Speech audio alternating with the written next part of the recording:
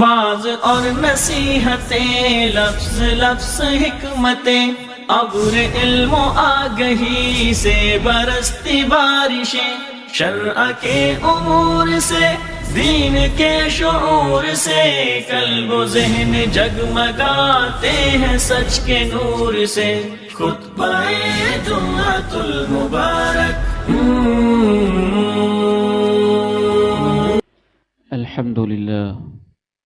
الحمد لله نحمده ونستعينه ونستغفره ونعوذ بالله من شرور أنفسنا ومن سيئات أعمالنا. أشهد أن لا إله إلا الله وحده لا شريك له، وأشهد أن محمدا عبده ورسوله صلى الله عليه وعلى آله وصحبه وسلم. اللهم صل على محمد وعلى آل محمد كما صليت على إبراهيم وعلى آل إبراهيم إنك حميد مجيد. اللهم بارك على محمد وعلى آل محمد كما باركت على إبراهيم وعلى آل إبراهيم إنك حميد مجيد. اللهم صل على محمد النبي الأمي وأزواجه أمهات المؤمنين وذريته وأهل بيته كما صليت وباركت على آل إبراهيم في العالمين إنك حميد مجيد. رب اشرح لي صدري ويسر لي أمري واحلل عقدة من لساني يفقه قولي. اللهم طهر قلبي من النفاق وعملي من الرياء ولساني من الكذب وعيني من الخيانة، فإنك تعلم خائنة الأعين وما تخفي الصدور. أما بعد، فإن خير الحديث كتاب الله، وخير الهدي هدي محمد صلى الله عليه وسلم، وشر الأمور محدثاتها، وكل محدثة بدعة، وكل بدعة ضلالة، وكل ضلالة في النار. أعوذ بالله السميع العليم من الشيطان الرجيم، من همزه ونفخه ونفثه. فمن كان يرجو لقاء ربه فليعمل عملا صالحا ولا يشرك بعبادة ربه أحدا. وقال سبحانه وتعالى: قل إن صلاتي ونسكي ومحياي ومماتي لله رب العالمين لا شريك له وبذلك أمرت وأنا أول المسلمين. بہت ہی قابل احترام بھائیوں اور بزرگوں، قابل شفقت معصوم نوجوانوں، عزیزوں اور بیٹوں، حیا و عفت کی پیکر ماؤں، بہنوں اور بیٹیوں، امت اسلامیہ نے پہلا دور وہ دیکھا جب لوگ نیکیاں کیا کرتے تھے اور نیکیاں کرنے کے بعد ان کو یوں چھپاتے تھے جیسے کوئی مجرم آدمی اپنے گناہوں کو چھپاتا ہے۔ یہ ان کی اخلاص کی نشانی تھی۔ ایسے کچھ بزرگ تو میں نے اپنی آنکھوں سے بھی دیکھے ہیں جو اپنے ہاتھ پہ کچھ پڑھ رہے ہوتے اور جب اوپر سے کوئی آ جاتا اور ان کو محسوس ہوتا کہ اس نے مجھے دیکھ لیا ہے تو یوں رومال یا کپڑا اوپر ڈال دیتے تاکہ اس کو پتہ نہ چلے کہ میں ذکر کر رہا تھا۔ تو پہلا دور امت اسلامیہ کا وہ تھا جسے اخلاص کا دور کہہ سکتے ہیں، للہیت کا دور کہہ سکتے ہیں، ریاکاری سے دور، منافقت سے بڑے فاصلے کے اوپر کھڑا ہوا دور۔ امام زین العابدین رحمہ اللہ تعالی نواسۂ رسول کی نسل سے تعلق رکھتے ہیں۔ مدینہ منورہ کے اندر 100 گھرانے ایسے تھے جن گھرانوں کے دروازوں پہ رات کو کوئی راشن رکھ کے چلا جاتا تھا، خرچہ رکھ دیتا، راشن رکھ دیتا، گندم رکھ دیتا، غلہ رکھ دیتا۔ لوگ حیران تھے کہ یہ کون شخص ہے جو رات کے کسی پہر میں، تاریکیوں میں، اندھیروں میں نیکی کا یہ کام کر کے چلا جاتا ہے۔ پھر ایک صبح وہ فقیر اور محتاج لوگ، ان کے دروازے خالی رہے، چوکھٹ پہ کوئی سامان رکھ کے نہ گیا۔ امام زین العابدین کی اسی دن وفات ہوئی، اور جب ان کو غسل دینے لگے تو غسل کے دوران ان کی کمر کے اوپر کوئی بوری اٹھانے کے نشان نظر آئے، اور ادھر سے ان 100 غریبوں کے گھر بھی خالی پڑے رہ گئے۔ تب جا کے لوگوں کو پتہ چلا کہ امام زین العابدین اپنی کمر پہ بوجھ اٹھا کے رات کے اندھیروں میں غریبوں کے دروازوں پہ راشن رکھ کے آیا کرتے تھے۔ یہ پہلا دور تھا اخلاص کا۔ المخلص من یکتم حسناتی کما یکتم احدکم سیئاتی۔ پھر دوسرا دور وہ آیا جب لوگ نیکیاں کرتے اور نیکیوں کو ظاہر کرتے، نمایاں کرتے، اشتہار لگاتے، بتاتے، ان کو رواج دیتے، شہرت کی تڑپ پیدا ہوئی۔ پھر تیسرا دور ہم نے دیکھا، امام فضیل ابن عیاض رحمہ اللہ تعالی فرماتے ہیں کان الناس یراؤون بما یعملون والآن قد اصبحوا یراؤون بما لا یعملون، کہ پہلے ہم نے وہ دور دیکھا تھا، امام فضیل ابن عیاض کہتے ہیں کہ لوگ ریاکاری کرتے تھے ان کاموں کی جو واقعتاً کیا کرتے تھے۔ تہجد پڑھی، صبح بتایا کہ میں بڑا سویرے صبح اٹھ جاتا ہوں، صدقہ و خیرات کیا اور بتا دیا، خام خواہ چرچا کیا کہ میں بہت سخی ہوں۔ امام فضیل ابن عیاض کہتے ہیں کہ اب تیسرا دور وہ ہے کہ لوگ کام کرتے بھی نہیں ہیں اور بتاتے ہیں کہ وہ کرتے ہیں، یعنی ان کاموں کی ریاکاری کرتے ہیں جو وہ کرتے ہی نہیں۔ اور اس کے اندر میں اضافہ کرتا ہوں کہ آج ہم چوتھے دور سے گزر رہے ہیں۔ ترتیب سے تینوں ادوار ذہن میں لائیے۔ پہلا وہ دور لوگ نیکیاں کرتے اور ان کو چھپاتے پھرتے، دوسرا وہ دور نیکیاں کرتے اور ان کو دکھاتے پھرتے، تیسرا وہ دور نیکیاں نہ کرتے اور خواہ مخواہی جھوٹ بول کے ریاکاری کرتے کہ ہم تہجد پڑھتے ہیں، اشراق پڑھتے ہیں، تلاوت کرتے ہیں، سخاوت کرتے ہیں اور کرتے نہیں۔ چوتھا وہ دور میرے جیسے طالب علم کے ذہن میں جو آتا ہے، آج ہم اس دور سے گزر رہے ہیں۔ لوگ راتوں کو گناہ کرتے ہیں اور صبح اٹھ کے نیکیاں بتاتے ہیں، کرتے گناہ ہیں اور بتاتے نیکیاں ہیں۔ تو آئیے آج کے اس خطبہ جمعۃ المبارک کے اندر اللہ تعالیٰ کی توفیق سے، اس کے فضل و کرم سے، اس کی مہربانی سے، اس کی عنایت سے ہم نے یہ دیکھنے کی کوشش کرنی ہے کہ نیت کی اصلاح کیوں ضروری ہے، نیت کے اندر اخلاص کیوں ضروری ہے، آدمی کا مخلص ہونا کیوں ضروری ہے، اگر مخلص ہو جائے تو کیا برکت ہے، اگر اخلاص باقی نہ رہے تو اس کے اندر کیا قباحتیں ہیں اور کیا کمزوریاں ہیں۔ سب سے پہلے میری دعا ہے کہ اللہ بیان کرنے والوں کو اس پہ عمل کی توفیق نصیب فرمائے۔ بہت بڑا فتنہ ہے ریاکاری، نیتوں کی خرابی، نیتوں کا فساد۔ سب سے پہلی بات یہ ذہن میں رکھیے، اللہ رب العزت کے ہاں اخلاص بڑی قابل قدر اور قیمتی چیز ہے۔ میں اور آپ بازار میں جائیں، ہمیں پتہ چل جائے کہ یہ چیز پیور نہیں ہے، خالص نہیں ہے، ہم ضرورت مند بھی ہوں تو اس چیز کو جوتے کی نوک پہ رکھ کے ٹھکرا کے واپس کر کے چلے آتے ہیں کہ 2 نمبر چیز، ملاوٹ والی چیز مجھے نہیں چاہیے۔ حالانکہ ہم انسان ہیں، ہم ضرورت مند ہیں۔ کیا خیال ہے اس رب کریم کے بارے میں؟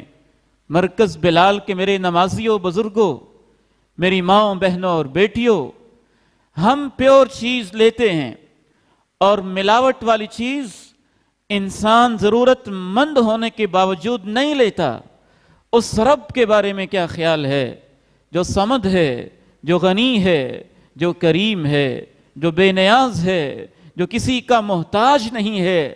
اگر اس کو ایسا عمل پیش کیا جائے جس کے اندر ملاوٹ ہو تو اللہ اس عمل کو کبھی بھی قبول نہیں فرماتے ہیں، وہ اسے لیتے ہی نہیں ہیں۔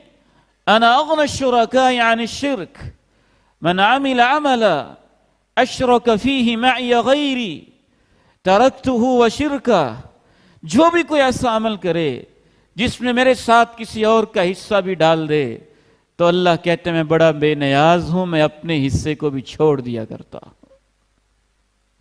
جاء رجل الى رسول اللہ صلی اللہ علیہ وسلم فقال، ایک آدمی آیا اور پوچھے اللہ کے نبی علیہ السلام، ارأیت رجلا یغزو یلتمس الاجر والذکر ماذا له؟ اے اللہ کے نبی علیہ السلام فرمائیے، ایک آدمی جہاد کرتا ہے، سر پہ کفن باندھتا ہے، ہتھیلی کے اوپر اپنی جان رکھتا ہے، تلواروں کوندتی ہیں اور ان کے سائے کے اندر اپنی جان نچھاور کرنے کے لیے روانہ ہو جاتا ہے، لیکن اس کی دو نیتیں ہیں۔ ایک تو اس کی نیت یہ ہے کہ جہاد کرنے سے ثواب ملے گا، اور دوسری نیت ساتھ یہ بھی ہے میری شہرت ہوگی، میرا چرچا ہوگا، میرا نام بلند ہوگا، میرے تذکرے ہوں گے، لوگ کہیں گے کیا بات ہے، تو اس کو کتنا ثواب ملے گا۔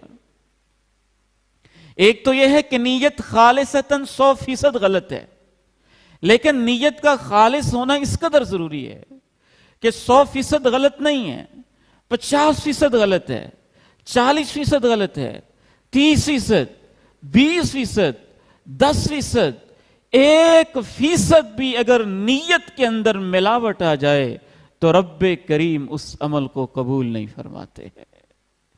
پوچھتے ہیں اللہ کے نبی علیہ السلام کیا خیال ہے؟ اس کی دونوں ہی نیتیں ہیں، ثواب بھی چاہتا ہے، شہرت بھی چاہتا ہے، کتنا ثواب ملے گا؟ فرمایا اے میرے صحابی یاد رکھنا، لا شیء لہ، یہ دوہری نیت والے انسان کو کوئی بھی ثواب نہیں ملے گا، کوئی اجر نہیں ملے گا، کچھ نہیں ملے گا۔ نیت کا خلوص اور نیت کی اہمیت اس قدر زیادہ ہے کہ سب سے پہلی بات اور پہلا پوائنٹ یہ ذہن میں رکھیے، اگر نیت انسان کی خالص نہ ہو، ایک تو ہے 100% ہی خالص نہ ہو، نہیں، کچھ % بھی خالص نہ ہو، تو اللہ رب العزت اس عمل کو قبول نہیں فرمایا کرتے، کیونکہ وہ صرف اسی عمل کو قبول فرماتے ہیں جس کے پیچھے نیت خالص ہوتی ہے۔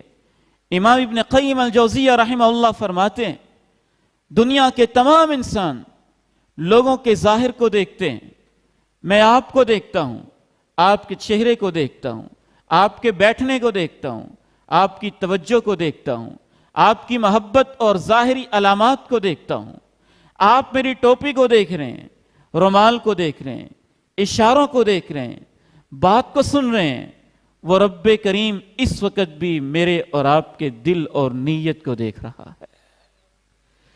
اور وَالنِّيَّةُ مَحَلُّهَا الْقَلْبُ وَإِنَّ اللَّهَ تَعَالَى لَا يَنظُرُ إِلَى صُوَرِكُمْ وَلَا إِلَى أَمْوَالِكُمْ وَلَكِنْ يَنظُرُ إِلَى قُلُوبِكُمْ وَأَعْمَالِكُمْ۔ این عمل کے دوران اللہ رب العزت کی نگاہ ہمارے دلوں کے اوپر ہوتی ہے، اس کی دھڑکنے کیا ہیں، اس کے ارادے کیا ہیں، اس کے جذبے کیا ہیں، کس نیت سے آیا ہے، کس ارادے سے آیا ہے، اور اگر اس کے اندر تھوڑی سی بھی ملاوٹ ہو تو اللہ تعالیٰ کبھی بھی اس عمل کو قبول نہیں فرماتے۔ دوسری بات یہ ذہن میں رکھیے، اگر نیت خالص ہو، انسان عمل نہ بھی کر سکے تو رب کریم اتنا مہربان ہے کہ عمل کیے بغیر بھی پورا ثواب دے دیتے ہیں۔ نیت خالص ہو، عمل میں کمزوری رہ جائے۔ نبی علیہ السلام کے پاس کچھ صحابہ آئے، عرض کرنے لگے اللہ کے نبی علیہ السلام، ہم آپ کے ساتھ جہاد پہ جانا چاہتے ہیں، لیکن نہ ہمارے پاس سواری ہے، نہ زاد راہ ہے، سفر بھی نہیں کر سکتے، اور توشہ سفر بھی موجود نہیں ہے۔ اگر آپ سواری کا انتظام کر دیں تو ہماری جانیں حاضر ہیں۔ اللہ کے نبی علیہ السلام نے فرمایا کہ اتنے وسائل تو میرے پاس بھی نہیں ہیں کہ سواری کا انتظام کر لوں. اللہ رب العزت کے وہ عظیم بندے ایسا خلوص اور ایسا جذبہ لے کے آئے. جب آپ نے امام کائنات سے جواب سنا تو ان کی آنکھوں میں آنسو آ گئے, روتے ہوئے واپس چلے گئے. اللہ رب ذوالجلال کو ان کا یہ جذبہ اتنا اچھا لگا کہ جہاد پہ نہ جا سکے, لیکن رب کریم نے ان کے آنسوؤں کو قرآن کا حصہ بنا دیا. وَلَا عَلَى الَّذِينَ إِذَا مَا أَتُوكَ لِتَحْمِلَهُمْ, وہ لوگ جو آپ کے پاس سواریاں مانگنے آئے اور آپ نے کہا لا اجد ما احملکم علی, میرے پاس سواری نہیں ہے, تولوا واعینہم تفیض من الدمع, وہ واپس پلٹے اور ان کی آنکھوں میں آنسو تھے. صحابہ نے سفر کیا, بین الاقوامی جنگ تھی, تبوک کا معاملہ تھا, غزوہ تبوک کا سفر تھا, لمبا دشوار گزار سفر. راہ میں کانٹے بھی آئے, جھاڑیاں بھی آئیں, کنکریلے پتھر بھی آئے, جوتے بھی ٹوٹے, تکلیفیں بھی ہوئیں, تلواریں بھی چلیں, خون بھی بہے, سب کچھ ہوا. آپ واپس آئے اور آپ نے ایک عظیم بات کہی. فرمایا میرے صحابہ, ان بالمدینۃ لاناسا ما سلکتم شعبا ولا وادیا الا وشرکوکم فی الاجر. اے میرے صحابہ, تم میرے ساتھ ساتھ تھے, کچھ لوگ میرے ساتھ نہیں تھے, مدینہ میں تھے, لیکن ان کے دلوں کا اخلاص ایسا تھا, جب بھی تم پہاڑوں کی چوٹیوں پہ چڑھتے تھے اللہ ان کو گھر بیٹھے ہی ثواب دے دیتا تھا, اجر دے دیتا تھا. من سأل اللہ الشہادۃ بصدق بلغہ اللہ منازل الشہداء وإن مات علی فراشہ, جو شخص اللہ سے سچے جذبے کے ساتھ, اخلاص سے نیت کے ساتھ شہادت مانگ لیتا ہے, وہ اپنے ڈرائنگ روم اور بیڈ روم میں بستر کے اوپر بھی مر جائے تو اس کے دل کے خلوص کو دیکھ کے اللہ اسے شہادت کا مرتبہ نصیب فرما دیتا ہے. اس کے برعکس آج کی تنظیم نہیں, آج کا لیڈر نہیں, آج کا جہادی قائد نہیں, آج کا کوئی امیر نہیں, وہ مسلمانوں کے پہلے مسلم, انبیاء کے امام, کونین کے تاجدار, آمنہ کے لال, مکہ کے در یتیم, محمد کریم صلی اللہ علیہ وسلم کی قیادت ہو اور آپ کی لیڈرشپ ہو, اور آپ کی قیادت کے اندر بھی کوئی شخص کافروں کو گرا رہا ہو اور اس کی تلوار کھود رہی ہو, بجلیاں چمک رہی ہوں, لاشیں گرا رہا ہو, بہادری کے جوہر دکھا رہا ہو, لیکن دل کے اندر قدورت ہو, تو وہ اللہ نیتوں کو اتنی اہمیت دیتا ہے. کونین کے تاجدار کی قیادت میں بھی اس مجاہد کو جو ریاکار ہے جنت دینے کی بجائے جہنم میں داخل کر دیتا ہے. دسیوں واقعات ایسے موجود ہیں جن سے یہ نتیجہ نکلتا ہے. تیسری بات, نیت کے حوالے سے اس کی اصلاح اس قدر ضروری ہے. آدمی نیکیاں بہت ساری کرتے ہیں, لیکن ان نیکیوں کا ثواب نیت کے مطابق ملتا ہے. لیول کتنا ہے, ثواب کتنا ہے, درجہ کتنا ہے, کتنے گنا ثواب ملنے ہیں. کسی کو 10 گنا, کسی کو 70 گنا, کسی کو 100 گنا, کسی کو 200 گنا, کسی کو 700 گنا, کسی کو بے حساب اور بغیر شمار کے اللہ رب العزت جو ثواب دیتے ہیں. اس کا معیار کام بھی یقیناً ہوتا ہے, کام کی کوالٹی بھی ہوتی ہے, ماحول بھی ہوتا ہے, لیکن ایک بہت بنیادی معیار اس کام کے کرتے ہوئے دل کی کیفیت, نیت کا خلوص, یہ جذبے اور دھڑکنے, ان کو دیکھتے ہوئے ثواب کے اندر اضافہ ہوتا جاتا ہے. میں حیران ہوتا تھا ایک حدیث کو پڑھ کے کہ کائنات میں پانی پلانے والے تو بہت سارے تھے, اور جانوروں کو پانی پلانے والے, حاجیوں کو پانی پلانے والے, نمازیوں کو پانی پلانے والے, زائرین کو پانی پلانے والے, محتاجوں, فقیروں, بیواؤں, یتیموں کو پانی پلانے والے, بڑے نیک متقی لوگ موجود تھے. لیکن کونین کے تاجدار نے انسانی تاریخ میں سب پانی پلانے والوں کو چھوڑ کر ایک اس عورت کے پانی پلانے کا تذکرہ کیا ہے جو عورت نیک نہیں تھی بلکہ بدکار عورت تھی، زنا پیشہ تھی، برائی کرنے والی تھی، اسی راہ کے اندر کہیں جا رہی تھی اور اس نے کتے کو پانی پلایا اور اللہ رب العزت نے اس عورت کے زندگی کے سب گناہوں کو معاف کر دیا۔ میں یہ سوچتا تھا کہ اس کی کیا وجہ ہے، باقیوں کا تذکرہ نہیں کیا، اس عورت کا خاص تذکرہ، اور پانی بھی اس نے کسی پیغمبر کو، ولی کو، شہید کو، عالم کو، متقی کو، مجاہد کو نہیں پلایا، وہ پانی بھی ایک کتے کو پلا رہی ہے، جانور کو پلا رہی ہے، اور اللہ کے پیغمبر علیہ السلام باقی سب کو چھوڑ کر اس عورت کا تذکرہ کر رہے ہیں۔ امام ابن تیمیہ رحمہ اللہ تعالی فرماتے ہیں کہ اصل مسئلہ انما تتفاضل الاعمال بتفاضل ما فی القلوب، اعمال کے اندر کمی بیشی اور ثواب کے اندر کمی بیشی اس حساب سے ہوتی ہے کہ دل کے اندر جذبہ کیا ہوتا ہے۔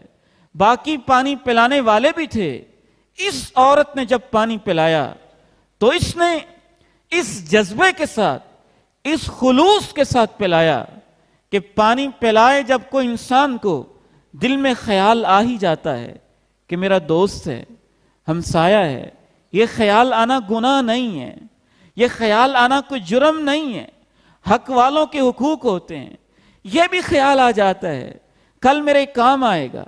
اس عورت کو یہ خیال نہیں آ سکتا تھا کیونکہ اس نے کسی انسان کو پانی پلایا ہی نہیں۔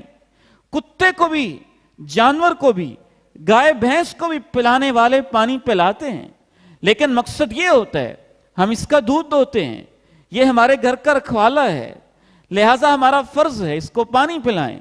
اس نے اس کتے کو پانی پلایا جو اس کے کسی کام نہیں آ سکتا تھا۔ تیسرے نمبر پر جب اس نے پانی پلایا، جنگل کے اندر، بیابان و صحرا کے اندر دنیا کی کوئی آنکھ اس عرش والے کے علاوہ اسے دیکھ نہیں رہی تھی۔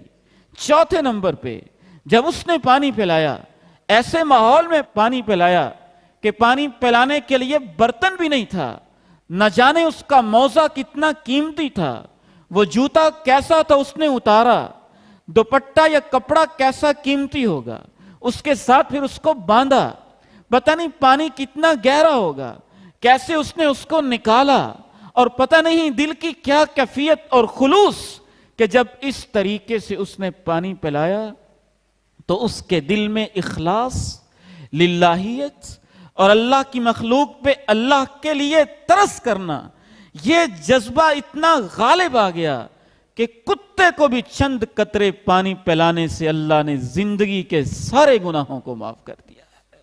یہ اخلاص کی برکت ہوتی ہے، نیت کی برکت ہوتی ہے کہ اس وقت نیت کیا ہے۔ چوتھی بات اس حوالے سے یہ ذہن میں رکھیے گا میرے محترم بھائیوں، نیت کو خالص کرنا اس قدر ضروری معاملہ ہے۔ اگر انسان کی نیت خالص ہو، عمل کے اندر کوتاہی رہ جائے، کمزوری رہ جائے، تو اللہ رب العزت اس کی نیت کے خلوص کو دیکھ کے اس کمزوری کو معاف فرما دیتے ہیں کہ میرا بندہ دل کا تو مخلص ہے نا، نیت تو اس کی ٹھیک ہے نا۔ میں یہ نہیں کہنا چاہ رہا کہ سنت کی اتباع نہ کی جائے، وہ ضروری ہے، قبولیت کے لیے بنیادی شرط ہے، عقیدے کی اصلاح قبولیت اعمال کے لیے بنیادی شرط ہے۔ ان شرطوں کو پورا کرنے کے باوجود پھر انسان سے کوتاہی رہ جائے، کمزوری رہ جائے اور بندہ مخلص ہو تو اللہ اس کمزوری کو معاف کر دیتے ہیں۔ یہ خلوص کی چوتھی برکت ہوتی ہے۔ یہ ایک شخص ہے، کہتے ہیں لا تصدقن اللیل، آج رات میں ضرور صدقہ کروں گا، دل کا اتنا مخلص ہے، وہ صدقہ دن میں نہیں کر رہا، روشنی میں نہیں کر رہا۔ صدقہ سب کے سامنے کرنا بھی جائز ہے، لیکن اس میں ریاکاری کا امکان ہوتا ہے، پاسبلٹیز ہوتی ہیں کہ کہیں ریاکاری کا شائبہ اور آمیزش نہ ہو جائے۔ اور تنہائیوں میں صدقہ کرنا، رات کی تاریکیوں میں صدقہ کرنا، اس میں ریاکاری کے امکانات بہت مشکل یا ناممکن ہو جاتے ہیں۔ تو اس نے کہا لا تصدقن اللیل، میں آج رات کو صدقہ کروں گا، تنہائیوں میں کروں گا، رات کی تاریکیوں میں کروں گا. باہر نکلا, صدقہ کیا, ایک دن زانی کے ہاتھ پہ رکھ دیا, زانیہ کے ہاتھ پہ رکھ دیا, اگلے دن صدقہ کیا, چور کو دے دیا, اندھیرے میں گیا تھا جو سامنے آیا اس کے ہاتھ پہ صدقہ رکھ دیا, تیسرے دن گیا دولت مند کو صدقہ دے دیا. بظاہر تو تینوں کو صدقہ لگتا ہی نہیں, وہ قبول کیسے ہوگا؟ زانیہ کو, زانی کو, چور ڈکیت کو, دولت مند سخی کو, تینوں کو کیسے صدقہ لگے گا؟ لیکن یہ صدقہ دینے والا مخلص تھا. حدیث سے یہ پتہ چلتا ہے کہ انشاءاللہ نہ صرف یہ کہ اس کا صدقہ قبول ہوا, بلکہ کونین کے تاجدار نے کہا ممکن ہے کہ اس کے صدقے کی وجہ سے زنا والا زنا سے باز آ جائے, زنا کرنے والی زنا سے باز آ جائے, چور چوری سے باز آ جائے. اور ممکن ہے کہ دولت مند آدمی جب اس کے ہاتھ پہ صدقہ کسی نے رات کی تاریکی میں رکھا تو اس کو شرم ہی آ جائے کہ ایسے لوگ بھی موجود ہیں, تو میں بھی اللہ کی راہ میں صدقہ کروں, بخل سے کنجوسی سے کام نہ لوں. یہ خلوص کی چوتھی برکت ہوتی ہے. عمل کے اندر کمزوری بھی رہ جائے تو خلوص کی برکت سے اللہ اس کمزوری کو دور کر دیتا ہے. پانچویں برکت اخلاص نیت کے اندر اللہ رب العزت نے یہ رکھی ہے کہ جب بندہ مخلص ہو, اللہ کی رضا کے لیے کام کرنا چاہتا ہو, تو پھر اللہ رب العزت اس کام کے اندر ایسی برکت ڈالتے ہیں, ایسی برکت ڈالتے ہیں, پوری دنیا اس کے خلاف ہو, عالم کفر مجتمع ہو, دنیا کے ذہین ترین انسان سازشیں کر رہے ہوں, اپنے بھی ہوں بیگانے بھی ہوں, امتحان کڑے ہوں, راہ کے اندر کانٹے بچھے ہوں, سازشوں کے جال پھیلے ہوں, مشکلات کے پہاڑ کھڑے ہوں, اور مصیبتوں کے سیلاب اس کے اوپر بہنا چاہتے ہوں, میرا ایمان کہتا ہے اس رب العالمین کی عظمت پہ قربان جائیے, وہ اپنے مخلص بندے کو ان ساری آزمائشوں سے بچا کے باہر نکال لیتے ہیں. وقتی طور پہ تکلیف آ سکتی ہے, امتحان آ سکتا ہے, مصیبت آ سکتی ہے, لیکن اللہ اپنے اس بندے کا ساتھ دیتا ہے. لو كانت السماوات والارض رتقا على احد فاتقوا الله لجعل له مخرجا. مخلص آدمی اللہ اس کا اتنا ساتھ دیتا ہے, ساتوں آسمان سر کے اوپر گر رہے ہوں, ساتوں زمینیں پھٹ رہی ہوں, فاصلے تھوڑے رہ جائیں, مخلص بندہ اللہ رب العزت وہاں بھی اس کے نکلنے کے راستے پیدا فرما دیتا ہے, اس کو ضائع نہیں ہونے دیتا, اس کا ساتھ دیتا ہے. سورہ یوسف, حضرت یوسف کے ساتھ کیا ہوا؟ بھائیوں نے کیا سازشیں کی, کیا کچھ پلاننگ کی, کیا منصوبے کیے. وہ بندہ مخلص تھا, اپنے ساتھ, رب کے ساتھ, والدین کے ساتھ, بھائیوں کے ساتھ, رشتہ داروں کے ساتھ, وقت کے بادشاہ کے ساتھ, اپنے باس کے ساتھ, اپنی جاب کے ساتھ, اپنی ملازمت کے ساتھ, اور اپنے گھر کے اندر جس گھر کے وہ نوکر ہیں, جس گھر کے اندر وہ جاب کر رہے ہیں, اس گھر والی کے ساتھ, سب کے ساتھ مخلص تھے. سارے ہی خلاف ہو گئے. بھائیوں نے سازشیں کی, ملکہ نے سازش کی, عورتوں نے سازش کی, سازش کے جال بھی لائے گئے, آزمائش بھی آئی, وقتی طور پہ امتحان بھی آئے, کنویں کے اندر پھینکے بھی گئے, وہاں سے نکالے بھی گئے, والدین سے دور بھی ہوئے, دوریوں اور جدائیوں کی تکلیفیں برداشت بھی کیں. لیکن اللہ نے کیا کہا؟ كَذَلِكَ لِنَصْرِفَ عَنْهُ السُّوءَ وَالْفَحْشَاءَ. یوسف کے خلاف جتنی سازشیں تھیں ساری ہم نے پیچھے ہٹائیں, فحاشی کے جتنے منصوبے تھے سب سے ہم نے ان کو بچا لیا, کنویں سے نکال کر مصر کے تخت و تاج کا وارث بنا دیا. کیوں؟ من عبادنا المخلصین, کیونکہ یوسف میرے مخلص بندوں میں سے تھا, وہ میرے ساتھ اخلاص والا معاملہ کرتا تھا, لہذا ہم نے اس کو بچا لیا. تو یہ اللہ نے اس کے اندر ایک پانچویں برکت رکھی ہے کہ پھر جو بھی سازشیں ہوں, اس وقت امت اسلامیہ مختلف مشکلات کے اندر ڈوبی ہوئی ہے. عالم کفر طرح طرح کی سازشیں جو بھی تیار کرتا ہے ہم اس کے اندر پھنستے چلے جاتے ہیں. اس کی ایک بنیادی وجہ کہ شاید ہم نجی سطح پر، قومی سطح پر، بین الاقوامی سطح پر اپنے اللہ کے ساتھ، اپنے رسول کے ساتھ، اپنے دین کے ساتھ اس طرح سے مخلص نہیں رہے جیسا کہ ہمیں مخلص ہونا چاہیے تھا. ایک چھٹی برکت اللہ رب العزت نے اخلاص کے اندر، خلوص نیت کے اندر ایک چھٹی برکت اللہ رب العزت نے یہ رکھی ہے کہ جب بندہ مخلص ہوتا ہے، اس کی نیت خالص ہوتی ہے، اس کی نیت اچھی ہوتی ہے، تو اللہ رب العزت پھر اس سے محبت کرتے ہیں. جب اس سے محبت کرتے ہیں پھر اللہ جبریل سے کہتے ہیں کہ تم بھی اس سے محبت کرو. جب جبریل محبت کرتا ہے پھر جبریل آسمان کے فرشتوں سے کہتا ہے کہ لوگوں سن لو، اللہ اپنے فلاں مخلص بندے سے محبت کرتا ہے. آسمان کے فرشتے پھر اس سے محبت کرتے ہیں. جب آسمانوں میں اس کی محبت بیٹھ جاتی ہے پھر اللہ وہی محبت زمین کے اوپر لوگوں کے دلوں کے اندر بھی اس کی محبت ڈال دیتے ہیں. دل تو اس کے قبضے میں ہے. ہم کیوں ریاکاری کے مریض ہو گئے؟ دلوں کو اس ذات نے بدلنا ہے، اس نے تبدیل کرنا ہے. دل تو اس کے اختیار میں ہے، اس کی انگلیوں کے درمیان میں ہے. وہ جیسے چاہتا ہے ہیر پھیر کرتا ہے، الٹتا ہے، پلٹتا ہے، بدلتا ہے، چینج کرتا ہے. جس طرح چاہتا ہے اس کے اندر اللہ رب العزت تصرفات کرتا ہے. نبی علیہ السلام ارشاد فرماتے ہیں عموماً ہم ریاکاری اسی لیے کرتے ہیں نا لوگ ہم سے محبت کریں، یا ریاکاری اس لیے کرتے ہیں ہماری شہرت ہو جائے. اور دونوں ہی ریاکار بندے کو اللہ دل کی محبت بھی دنیا میں نصیب نہیں کرتا، اور وہ اس طرح کی شہرت، جس طرح کی شہرت و قبولیت مخلص بندے کو وقت گزرنے کے ساتھ ساتھ اللہ نصیب فرماتا ہے، وہ دنیا کے کسی انسان کو ویسی نصیب نہیں ہو سکتی. لِكُلِّ أَحَدٍ مِّنْكُمْ صِيتٌ فِي السَّمَاءِ، ہر آدمی کی آسمانوں کے اندر ایک شہرت ہوتی ہے.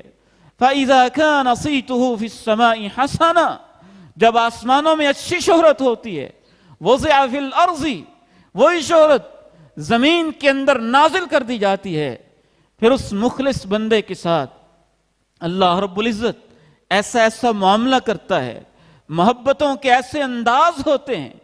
کتابیں لکھنے والے تو بہت سارے تھے، لیکن امام بخاری کے دل میں پتہ نہیں کیا اخلاص تھا، کیا جذبہ تھا. ما کان للہ یبقا، جو اللہ کے لیے چیز لکھی جاتی ہے پھر اللہ اس کو باقی رکھتا ہے. صدیاں بیتیں، فاصلے طے ہوئے، دن گزرے، راتیں کٹتی چلی گئیں، لیکن آج تک امام بخاری رحمہ اللہ کی لکھی ہوئی کتاب دنیا کے کونے کونے کے اندر پڑھی جا رہی ہے، پڑھائی جا رہی ہے، اس کا مطالعہ کیا جا رہا ہے. اس کے اندر ایک بنیادی وجہ وہ اخلاص ہے جو اللہ نے ان کو نصیب فرمایا تھا. ساتویں اور آخری برکت، اور اس کے بعد ہم سلسلے کو آگے بڑھاتے ہیں. اخلاص کے اندر اللہ رب العزت نے یہ برکت رکھی ہے کہ جو بندہ مخلص ہو جاتا ہے اللہ قبر میں، میدان محشر میں ساری تکلیفوں سے اس کو محفوظ فرما لیتا ہے. ساری پریشانیاں، سارے ہی دکھ، ساری ہی آزمائشیں، ساری ہی تکلیفیں اللہ رب العزت ان سے بچا بچا کے اپنے بندے کو خالص جگہ جو جنت ہے اللہ وہاں پہ اس کو پہنچاتا ہے.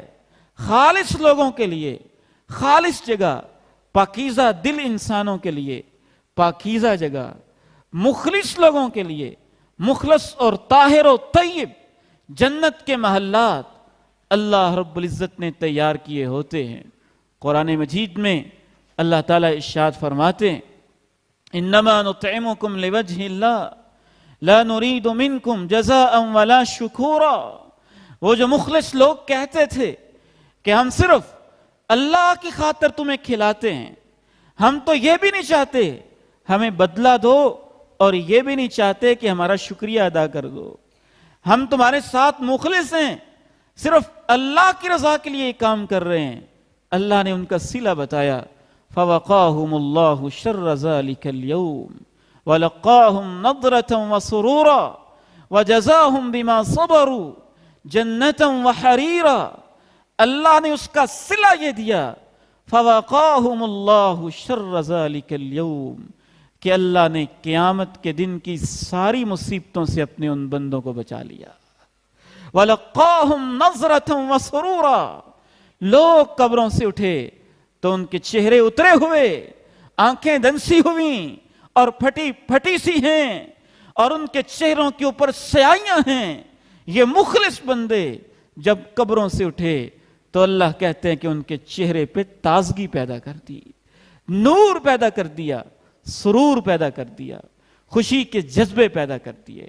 اب آتے ہیں میرے محترم بھائیوں اس بات کی طرف, کون کون سے وہ میدان ہیں جہاں ہمیں اخلاص اپنانے کی ضرورت ہے.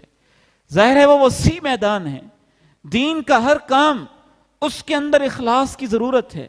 ارادے میں اخلاص, عمل میں اخلاص, حرکت میں اخلاص, نشست و برخاست میں اخلاص, نماز میں اخلاص, زکوٰۃ میں اخلاص, روزے میں اخلاص, حج میں اخلاص, عمرے میں اخلاص, رفائی کاموں میں اخلاص, تعلیم و تعلم میں اخلاص. لیکن 2-3 بنیادی چیزیں جس کا میں خصوصی تذکرہ کرنا چاہتا ہوں. سب سے پہلی چیز جس کے اندر آج اخلاص کی بہت زیادہ ضرورت ہے, اللہ مجھے اور آپ کو نصیب فرما دے, وہ دین کی تعلیم کا میدان ہے. تعلیم کے اندر اخلاص, قرآن پڑھنے میں اخلاص, پڑھانے میں اخلاص, تقریر کرنے میں اخلاص, سنانے میں اخلاص, واعظ میں اخلاص, نصیحت میں اخلاص. کتنے ہی لوگ ہیں آج وہ اسلامیات پڑھتے ہیں, ان کی تعلیم ہے نا, لیکن کس لیے؟ محض ایک ڈگری کے لیے, محض ایک ورقے کے لیے, محض ایک سند کے لیے. کتنے ہی لوگ ہیں ٹیلی ویژن کے چینلز کے اوپر بڑے بڑبولے ہیں, باتیں کرنے والے ہیں. کس لیے؟ بس دوسرے کو چپ کروانے کے لیے, اپنا آپ منوانے کے لیے, اپنی شہرت کے لیے, ہوسرانی کے لیے, چند ٹکوں کے لیے, چند پیسوں کے لیے, اور غیر ملکی میڈیا سے جو انہوں نے بول منہ کے اندر ڈالے ان کے پیسے کھڑے کرنے کے لیے اور اپنی تنخواہ حاصل کرنے کے لیے. یاد رکھیے دینی علم کے اندر اخلاص اس قدر ضروری ہے, چاہے وہ علم قرآن کا ہو, چاہے وہ علم حدیث کا ہو, چاہے وہ علم فقہ کا ہو, چاہے وہ علم اصول تفسیر اور تفسیر کا ہو, چاہے وہ علم اصول کا ہو, چاہے فروع کا ہو, نحو کا ہو, صرف کا ہو. وہ علوم جو دین کی خاطر حاصل کیے جاتے ہیں اور جن کا تعلق دین کے ساتھ ہے. کونین کے تاجدار علیہ السلام فرماتے ہیں من تعلم علما مما یبتغى به وجه اللہ, جس شخص نے بھی وہ علم جو اللہ کے دین کے لیے تھا وہ حاصل کیا, لیکن اس کا ارادہ کیا ہے؟ عرضا من الدنیا, دنیا کے چند ٹکے, لم یجد عرف الجنہ. اللہ کے پیغمبر ارشاد فرماتے ہیں کل قیامت کے دن اللہ اس کے اوپر جنت کی خوشبو بھی حرام کر دیں گے. دین کا علم حاصل کیا اپنے مقصد کے لیے, دین کا علم حاصل کیا سطحی مفادات کے لیے, چند ٹکوں کے لیے. دوسری چیز جس کے اندر اخلاص کی ضرورت ہے, قرآن مجید کی تلاوت.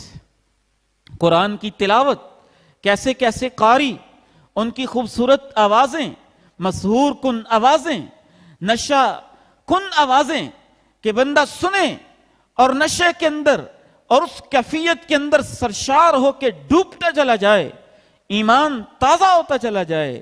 اور ان کی عملی زندگی دیکھیں تو دین سے دور, آواز کو دیکھیں تو بڑی جادو اثر, عمل کو دیکھیں تو دین سے بہت دور.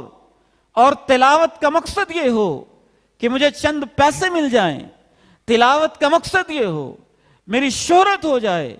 نبی علیہ السلام نے اس خطرے سے اپنی امت کو آگاہ کیا تھا. آپ نے ارشاد فرمایا اے میرے صحابہ اقرأوا القرآن واسألوا اللہ بہ، قرآن پڑھو اور قرآن پڑھ کے اس رب سے مانگو جس نے قرآن کو نازل کیا ہے. من قبل ان یأتی اقوام او اناس، اس سے پہلے کہ میری امت کے اندر ایسے لوگ آ جائیں گے یقرؤون القرآن یسألون الناس بہ، وہ قرآن پڑھیں گے اور قرآن پڑھنے کے بعد اس کے بہانے لوگوں کے سامنے ہاتھ پھیلائیں گے، لوگوں سے مانگیں گے. قرآن پڑھو اور اس سے مانگو جس اللہ نے اس قرآن کو نازل کیا ہے. ایک حافظ قرآن تراویح پڑھائے رمضان کے اندر اور وہ طے کرتا پھرے کہ میں اتنے پیسے لوں گا، اتنے سوٹ لوں گا، اتنی رقم لوں گا، یہ میری ڈیمانڈ ہوگی. ادھر مردے کی لاش پڑی ہو اور وہ جنازہ پڑھنے کے لیے روپیہ اور پیسے طے کرتا پھرے. کیسی گندی سوچ ہوگی یہ، کیسی سطحی سوچ ہوگی یہ کہ اللہ کے قرآن جیسی عظیم نعمت کو دنیا کے گھٹیا مقاصد کے لیے استعمال کیا جائے. ایسے لوگوں کے بارے میں آپ نے فرمایا تھا مجھے خطرہ ہے اکثر منافقی امتی قراؤہا، کہ میری امت کے اکثر منافق ان کا تعلق ان لوگوں سے ہوگا جو قرآن کی تلاوت کرنے والے ہیں لیکن تلاوت اس مقصد کے لیے نہیں کرتے جس مقصد کے لیے ہونی چاہیے. تیسری چیز جس کے اندر اخلاص کی بہت زیادہ ضرورت ہے وہ ہماری تعلقات ہیں. تعلقات، معاملات. جب ہم تعلق بناتے ہیں تو کس نیت سے بناتے ہیں؟ رشتہ لیتے اور دیتے ہیں تو کس نیت سے لیتے اور دیتے ہیں؟ تعلقات کی بنیاد کیا ہوتی ہے؟ حضرت عمر بن خطاب رضی اللہ تعالی عنہ بیان کرتے ہیں کہ رسول اللہ صلی اللہ علیہ وسلم نے ارشاد فرمایا ان من عباد اللہ اناسا، اللہ کے بندوں میں سے کچھ بندے ایسے ہوں گے قیامت کے دن جب اللہ بٹھائے گا، کچھ کو نور کے ممبر پہ بٹھائے گا، کچھ کو کستوری کے ٹیلوں پہ بٹھائے گا، کچھ کو اللہ پیچھے بٹھائے گا، کچھ کو گردنیں الٹی کر کے لٹکائے گا. مختلف بٹھانے کے انداز ہوں گے، کچھ کو عرش کے سائے میں جگہ دے گا. حضرت عمر کہتے ہیں کہ اللہ کے کچھ بندے ایسے ہوں گے علی منابر من نور، وہ نور کے ممبر پہ بیٹھے ہوں گے. یغبطہم الانبیاء والشہداء، نبی اور شہید لوگ ان کو دیکھ کے خوش ہو رہے ہوں گے. کیا ان کا مقام ہے، کیا ان کی شان ہے، کیا ان کا مرتبہ ہے. حسد نہیں آ سکتا انبیاء و اولیاء میں، رشک بھی نہیں آ سکتا انبیاء و شہداء میں. ہاں وہ خوش ہو رہے ہوں گے. کیا بات ہے ان کی، کیا مقام ہے ان کا، کیا شان ہے ان کی. پوچھا گیا وہ نبی بھی نہیں ہوں گے، وہ شہید بھی نہیں ہوں گے، لیکن نبی اور شہید بھی ان کو دیکھ کے خوش ہو رہے ہوں گے کہ کتنے عظیم لوگ ہیں یہ کون لوگ ہوں گے؟ یہ وہ لوگ ہوں گے جو تعلق بناتے تھے تو صرف اللہ کی محبت کی خاطر بناتے تھے، صرف اللہ کی خاطر تعلق قائم کرتے تھے کہ یہ نیک ہے، یہ عالم ہے، یہ نمازی ہے، یہ مجاہد ہے، یہ اچھا آدمی ہے، فقیر ہے، محتاج ہے، لیکن نیک ہے، اللہ کو یاد کرنے والا ہے. صرف اس وجہ سے وہ تعلق بناتے تھے. نبی علیہ السلام فرماتے ہیں وجوہہم نور، ان کے چہروں پہ نور ہوگا. وہم علی نور، وہ نور کے ممبروں پہ بیٹھے ہوں گے. لا یخافون اذا خاف الناس ولا یحزنون اذا حزن الناس، جب سارے لوگ ڈرتے ہوں گے تو اللہ نے ان کے ڈر کو ختم کیا ہوگا، اور جب سارے لوگ ان کے غم زدہ ہوں گے تو اللہ ان کے غموں کو ختم کیا ہوگا. تو آئیے اللہ رب العزت سے دعا کرتے ہیں کہ اللہ رب العزت مجھے اور آپ کو اخلاص والی زندگی نصیب فرمائے، ہر کام کے اندر اپنی نیت کو درست کرنے کی توفیق نصیب فرمائے. وآخر دعوانا ان الحمد للہ رب العالمین.